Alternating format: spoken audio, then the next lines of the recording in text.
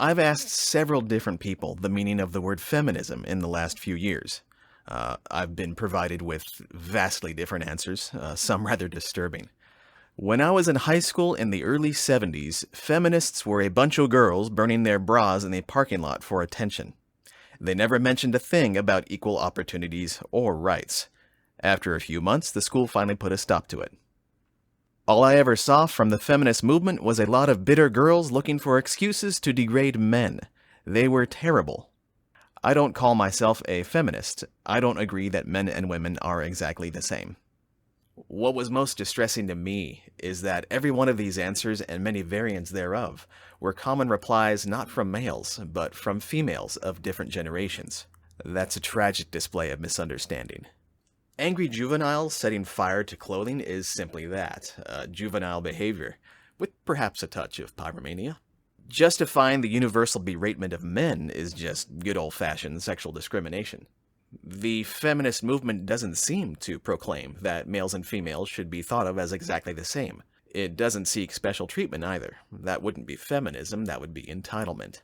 The media loves to rehash the perception that radical feminists with paranoid schizophrenia and an obsession with exacting unwarranted vengeance on all males is the face of feminism.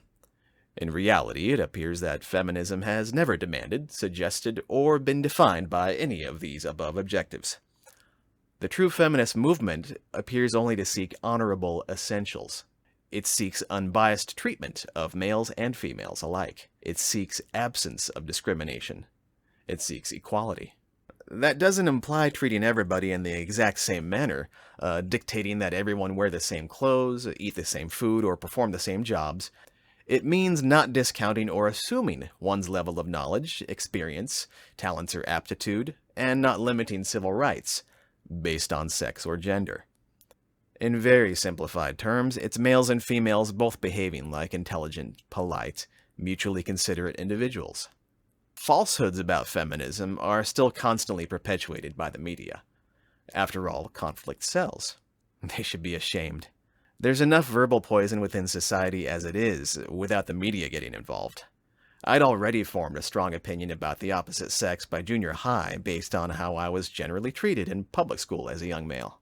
As time went on, throughout and after high school, I had started seeing more and more self-proclaimed young feminists in my generation behaving in a poisonous, degrading manner. That was what primarily contributed to my distaste for the word. The reality of the situation was that they had no clue about feminism, or what feminists really stood for. Therefore, neither did I.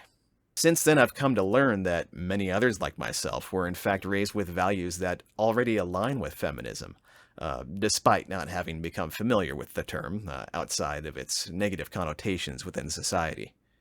Genuine feminists have always in fact behaved toward me with respect, and yet many have in conversation proclaimed that they would never refer to themselves as a feminist. It seems the stigma of spite, hate, and extremism has left a nasty abrasion within the eardrums of both males and females alike. It takes a great effort to disassociate a word from such strong doses of negativity, especially when they've been administered by one's peers and the media for so many decades. It takes time. So what was it that changed my perception of the feminist movement? Alicia, Emma, Eliza. The multi-talented musician Pink gave the image of feminism a bold revitalization, with songs that bravely called out not just the behavior of males behaving badly, but females likewise. She encouraged respect, self-respect, personal reflection, and fortitude through track after track of palpable, compelling lyrics. At times, she'd also embrace humorous self-deprecation, while also diving into richly profound, hard truths. It proved positively infectious, shown clearly through her growing fan base, of which was quickly gaining males, who were stunned and overjoyed to see the word feminism no longer synonymous with man-hating. Emma Watson soon entered the feminist scene, mirroring similar goals with great respect and humility. She opened more ears after professing she felt the word had a unfortunate and troublesome history, explaining that there was still much work to be done to remove the misunderstandings, such as that only women can be feminists. Speaking very plainly and sharing carefully crafted, relatable perspectives, She too had more people shedding their disgust for the term. And then along came Eliza.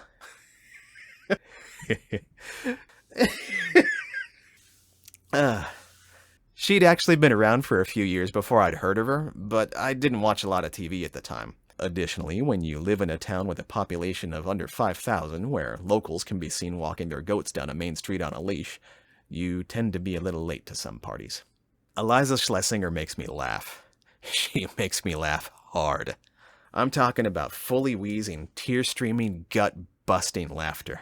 She also doles out several refreshingly positive, male-supporting aspects of feminism that crush its misrepresented past. Being a feminist means you just want to be treated fairly. You just want it even.